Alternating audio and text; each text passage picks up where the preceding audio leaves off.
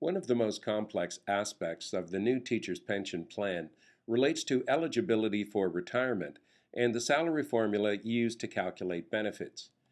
It is extremely important to understand that the traditional age service index rules have been maintained for teachers.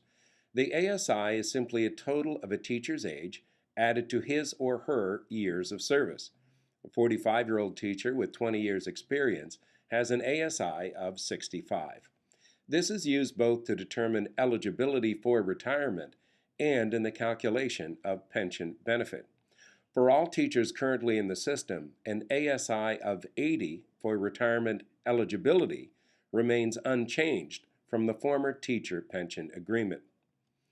The Age Service Index will continue to provide the opportunity for early retirement, tied to a sliding scale of reductions in benefits. The lower your ASI when you retire, the larger the reduction. Under the previous system, there was no reduction in benefits when an ASI of 87 was reached.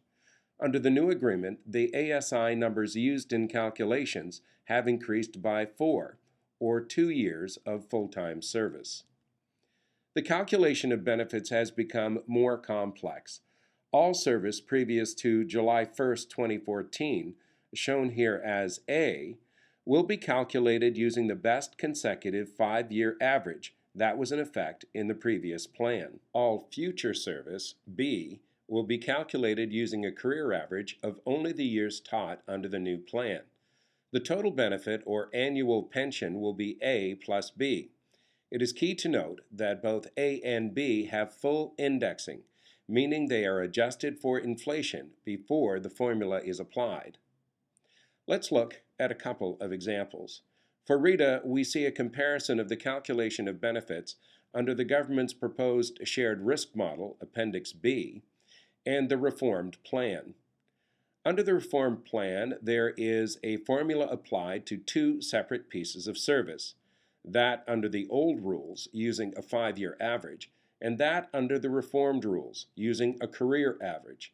The application of indexing or inflation adjustment to salary will be applied to both sections.